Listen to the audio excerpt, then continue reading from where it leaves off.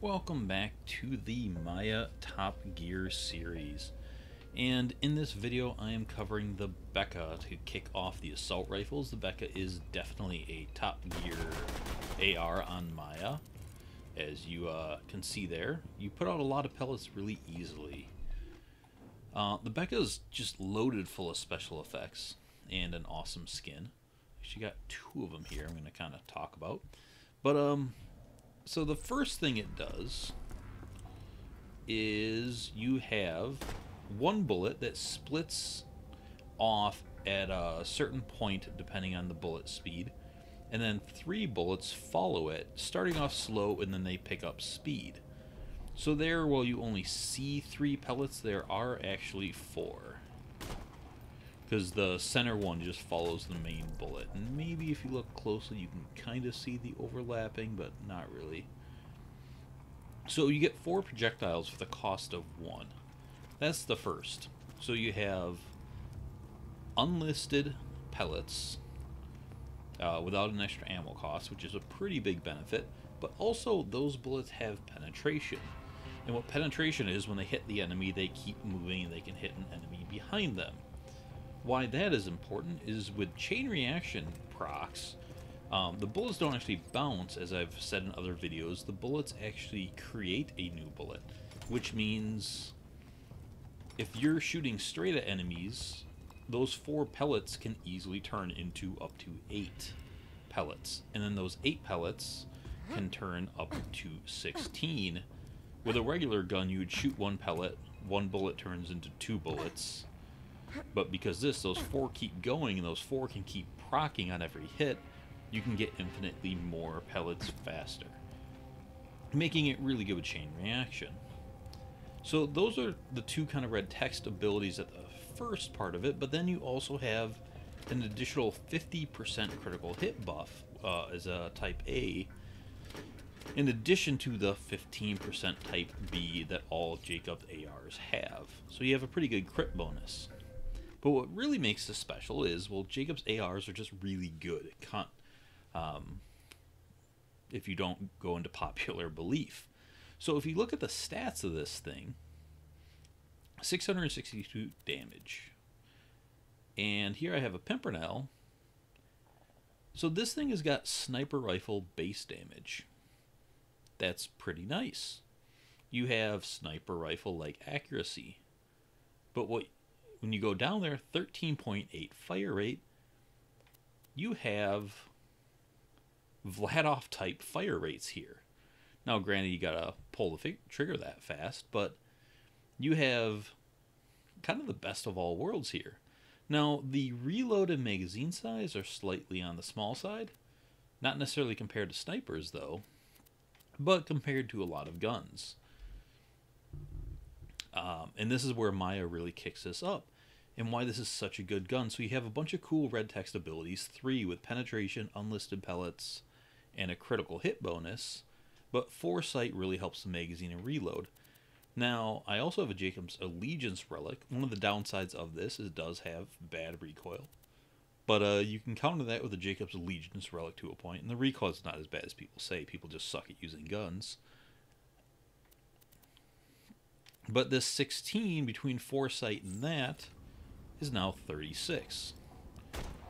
And the reload is not that bad. Now, this is a flush Bekah. Some people say you should go for a horse Bekah because it reduces the recoil. Horse Bekahs are for fucking scrubs. A flush Bekah is cool because you still have really high damage. You actually gain fire rate, but you're not going to hit that fire rate. But you gain in the magazine size. So if I'm stacked up with this Allegiance relic and foresight, I have 56 magazine size. So now this Bekah here doesn't really have any drawbacks. So this might actually be better than the boss Bekah, but I think that magazine is overkill. 36 is plenty for me. But this has got like bandit-like magazine size, sniper-like damage, almost sniper-like critical hit bonus, Vladoff type fire rate, sniper rifle accuracy, and this might be the most well-rounded gun in the game right here. I mean, no gun kind of does it all like this gun does. Like, Guns will have a small magazine size or long reload or low damage for that high fire rate. This has everything. High damage, high critical hit, high accuracy, high fire rate, high magazine size, and a mediocre reload that you can negate pretty easily with all characters. So, yeah. That's pretty fucking stupid. And it might be the most ammo efficient gun in the game because you saw the damage per pellet and you get 4 pellets for 1 ammo. And assault rifles have a big ammo pool. The second biggest in the game. So yeah. Good much. I need to reload there. I'm just used to reloading. And that's why I go with the boss over the flush. I'm just kind of, you know, I just do that. But this thing is just stupidly good.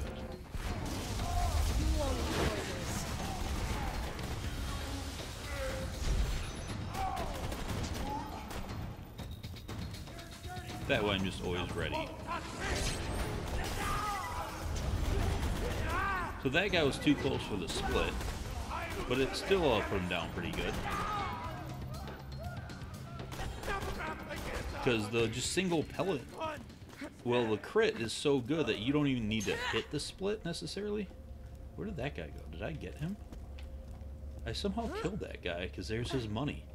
So I killed him on accident. That's pretty awesome.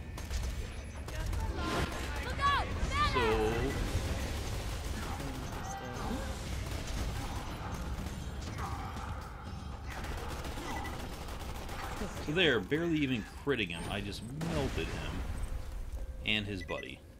And that's not even going for mass fire rate.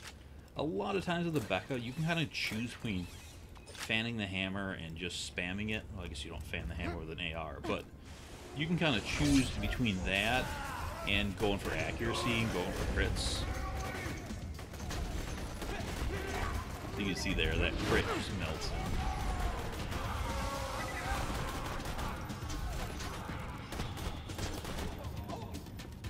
And this thing's just got ridiculous power.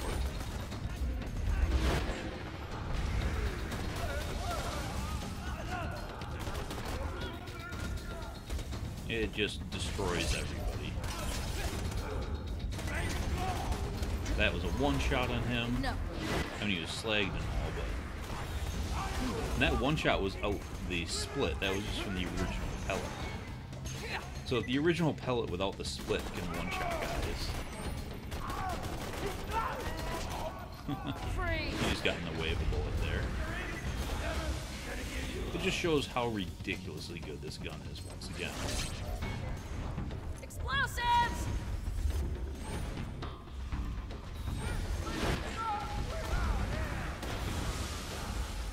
He's gone. And just look at my ammo count here. It's... Some people say, no, it can't be the most ammo efficient. There's the Infinity. But the Infinity, you still just spray so many bullets that I actually consider this to be more ammo efficient than the Infinity because it kills so much faster. Alright, phase lock is back. Get these guys going. Ah,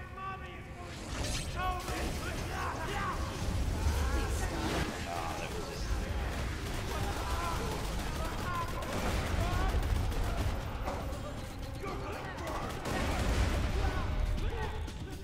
Oh, there's a grenade at me. So I'm gonna hold off. There I was trying to not choose a phase lock target and just shoot at Oni. Sadly, didn't actually work out that well.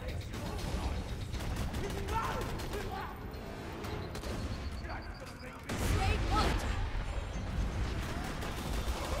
Pretty cool. That was awesome. And win. Oh, hello.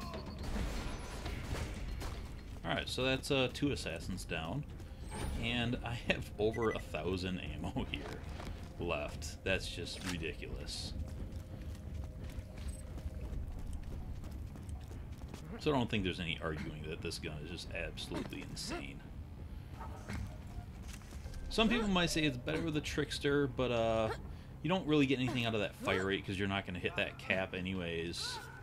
And I'd rather just kind of get the base damage of it. I don't. It does well enough with chain reaction. I don't really need that chain reaction.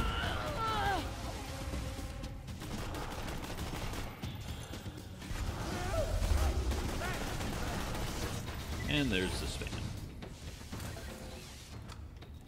I don't even know why I'm stopping for ammo. The game's not going to give me any because I have so much. Over 1100 right now. That's why I call this thing the real Infinity. It just... It's so goddamn ammo efficient. Ah, that was cool. This will work. Especially with chain reaction and everything.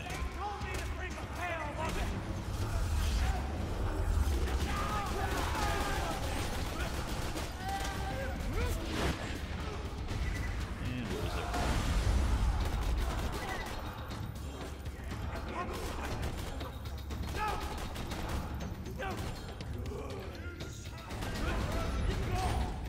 Alright, so there's that guy.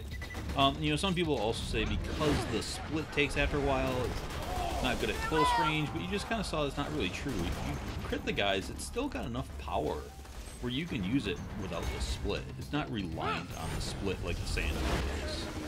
Like, the Sandhawk is shit without the split. This is not the Sandhawk. Now, some people might say the downfall is it's only non-elemental. I don't really care. It's so good.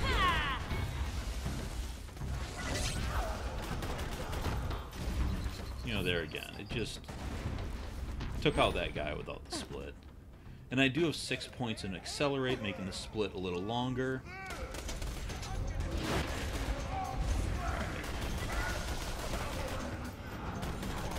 Bedtime.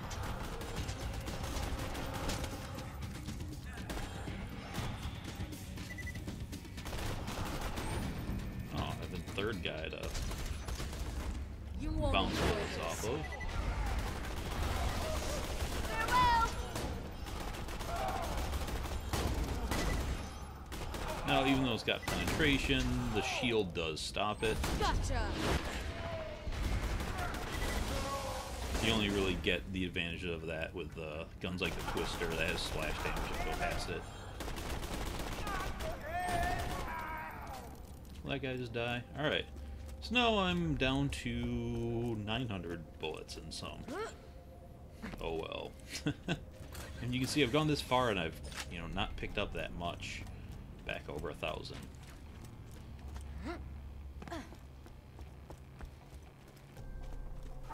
I mean, how many guns do I just skip all that stuff with?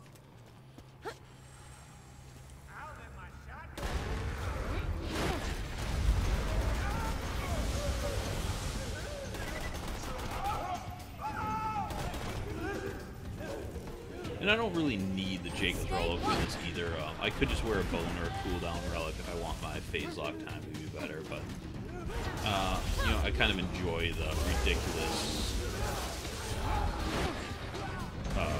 make size. These guys are not dying. Expected. There's the bomber. I'm going to try to get him because I hate the bombers.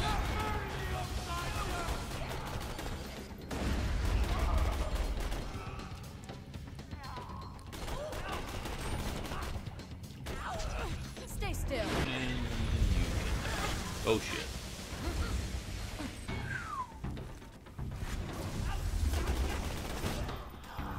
That was bad.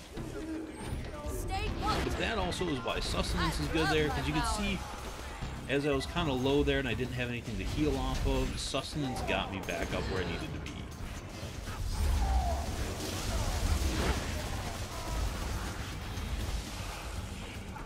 And I didn't have life tap. These guys duck and move too much, so they're better just to pick up. But you can see the damage on them, still crazy. Well, hey. Stay still. So it goes.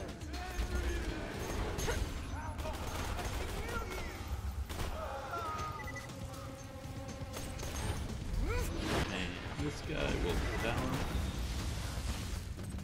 One more, and then I'm ready for the bosses.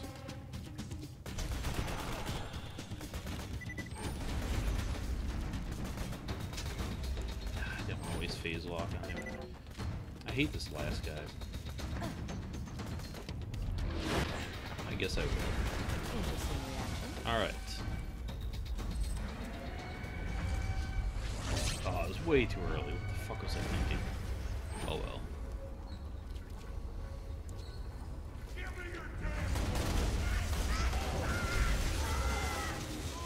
Calm down. No. Ooh. What the fuck was going on there? Hitting the pipes, that was an absolute terrible start to this fight. Let's see if I can keep these guys together. Here you go. You won't enjoy this. Yeah, that didn't work out well. I somehow phase locked him into the pipes. Stay still.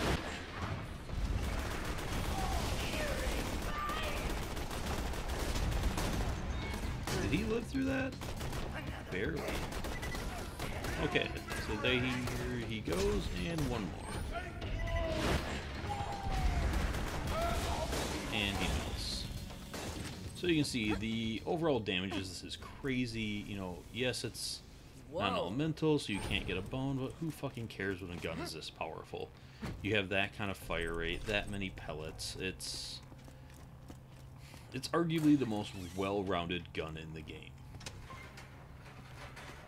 Now, it is a bitch to farm because it's the second set of pearls that do not drop from oh my god, what the hell, or legendary loot midgets. They only drop from Tubbies. Tubbies don't spawn that often. And also they have a crowded loot pool with all the class mods, the bunny, the cracked sash, the pearls. It can be a real bitch getting this gun. And sadly, the gun's kind of sucks on parts. You really need a dowel stock and a Jakobs grip. You don't have to worry about an element. It's one of those guns that's so good I wouldn't worry about the accessory much. You know, if you get a Jakobs grip and a dowel stock, you're set. But like, if you get a Jakobs stock, you might as well throw it away.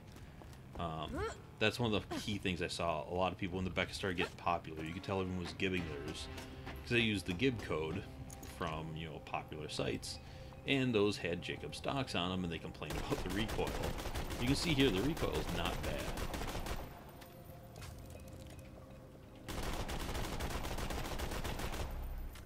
Not bad at all. I mean, that's a decent kind of clump, but a lot of guns are like that. You know, a Vladov pistol does that. But you can easily just control it in burst fire and not get bad recoil. You do that, and you're really accurate. When you start spamming, it gets bad. Now this is with the Jakobs relic and all, but yeah. So that's the Bekah. One of the absolute best guns on my, not just a best assault rifle, it is flat out one of the best guns in the game on her, and I think on most characters. Not on all characters, but on most. So thanks for watching, and I'll see you guys later. Bye.